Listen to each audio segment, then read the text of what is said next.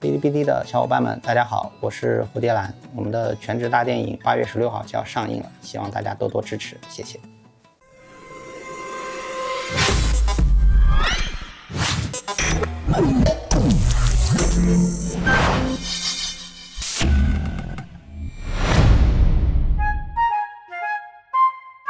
作为第一部电影，在选题时做了怎样的考量呢？因为我们之前已经做过一部分动画，做的是我们就是原作的那个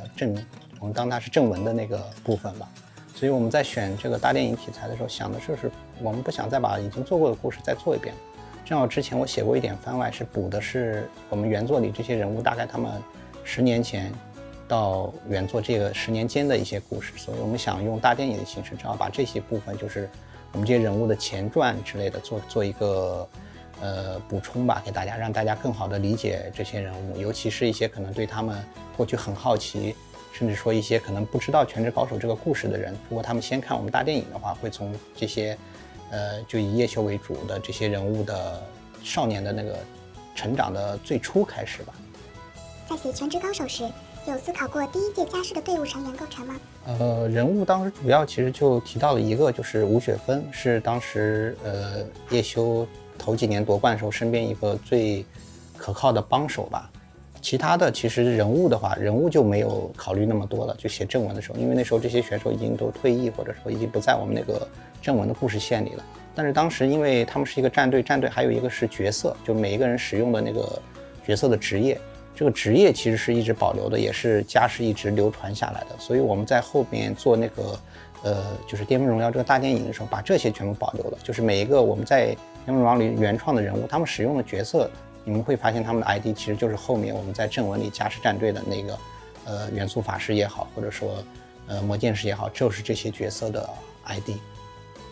为什么扫地焚香的第一位持有者由郭明宇改为了吕梁？这个比较尴尬，这个事其实是我自己写的时候写忘了，就是开始应该是写的是具体写的哪一个我忘了，反正就是我写了2个初代的，就是使用者，就其实上是一个写作的错误吧，或者说 bug， 然后大家在大电影里帮我圆了一下，就是我们正好用一个剧情把这个可能就原作出现的就是也不好再去修改的一个错误，就是拿这样一个形式帮我圆了一下我的失误吧，所以就做了2个操作者，然后他们之间有一个合作跟传承这样一点关系吧。以持家世是第一赛季冠军的前提下，电影中如何让比赛变得更加精彩刺激呢？这个我们主要是从叶修当时他们家世的对手那块做的，就是黄昏这个战队，因为我们设计的叶修就是符合原著的那种出身，是他们几个伙伴在游戏里认识，然后他们是在一个网吧老板，就是在后面是家世的那个老板陶轩的这种支持下成立一个战队。他们这个战队相对来说是比较就是说草根吧，可以这样说，比较草根。但是我们考虑到就是说我们整个世界的大背景，荣耀不可能是唯一一款电子游戏，也不可能是一个唯一的电竞游戏，所以就是我们的理解就是在这个世界其实是有职业战队，是有这种存在的，只是叶修他们不属于这部分。但是我们在设计的这个黄昏战队，它实际上是一个职业的战队，但职业的战队它当时是还没有荣耀这个项目，所以在荣耀这个项目成立职业联赛以后，黄昏他们这个职业俱乐部就决定组建这样一支队伍来打这个荣耀的职业联赛。所以相对于叶修来说，他们是一个更加专业或者说更加先进的一个走过职业之路的有职业体系或者说训练方式这样一支队伍。然后这个队伍相对叶修他们来说可能就要更加完整更加强大，有更大的训练的这种或者说后勤的这种力量来保证。我们希望他有一个这样的强大的对手，让大家看到叶修是怎么样在第一赛季就走上他的荣耀巅峰。叶秋他送口罩给叶修时态度有什么改变吗？其实从他带了口罩过来准备送给他来看，我们其实可以看出来，就是叶秋他的态度其实没有什么转变。他其实从心底里他们2个兄弟是了解，他知道的，他及时过来找也不可能把他的哥哥带回去，所以我觉得他过来找他说你该回去或者什么什么，只是履行一下我这个作为弟弟的义务，或者说家里交给我的这个事儿，我来把这个事儿做了。但是完了以后马上就掏出口罩，就意味着他其实早就知道结局是这样的，你不可能回来的。但他也知道他的哥哥就是叶修的顾忌或者说这个不方便的事情在哪里，所以这个口罩我觉得体现了他对哥哥的了解还有体贴吧。重叠觉得这次电影中最让你惊喜的是什么？对于我来说最意外的是有一个片段，就是那个苏沐秋去世以后，把他的那个账号卡留给了苏沐橙，然后苏沐橙那一段时间比较消沉，比较排斥这个游戏吧。然后后来他有一天他拿到哥哥留给他那个账号卡，然后他刷那个账号卡登录的时候，里面出现了那个应该是沐雨橙分那个角色，然后角色对他说，说什么好像是说想我了没有，我一直在这里。然后那一瞬间对我来说是这部电影给我最打动的地方，因为我们现在做这种题材的时候，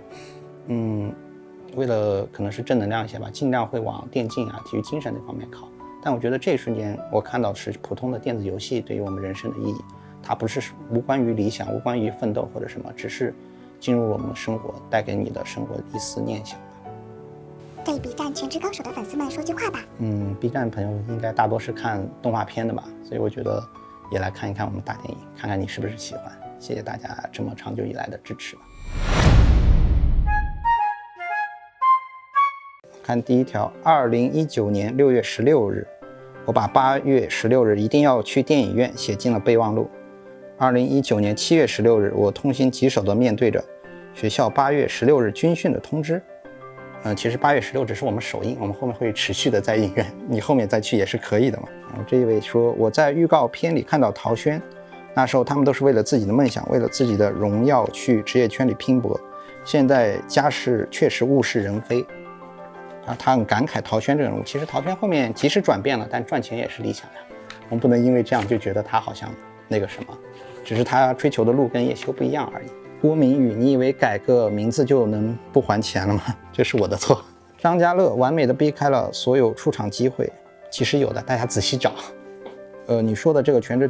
高手大电影，它好看吗？那肯定好看的呀，你看一看就知道了。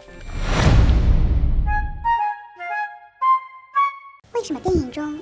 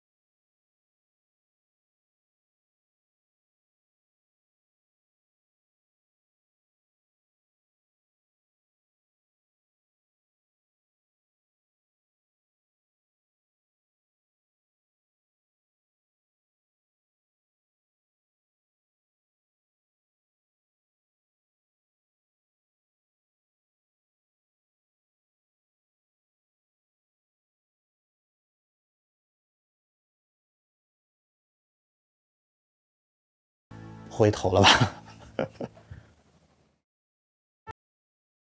你要是做了职业选手，爸妈能认同吗？为什么电竞在你们看来就只能是游戏呢？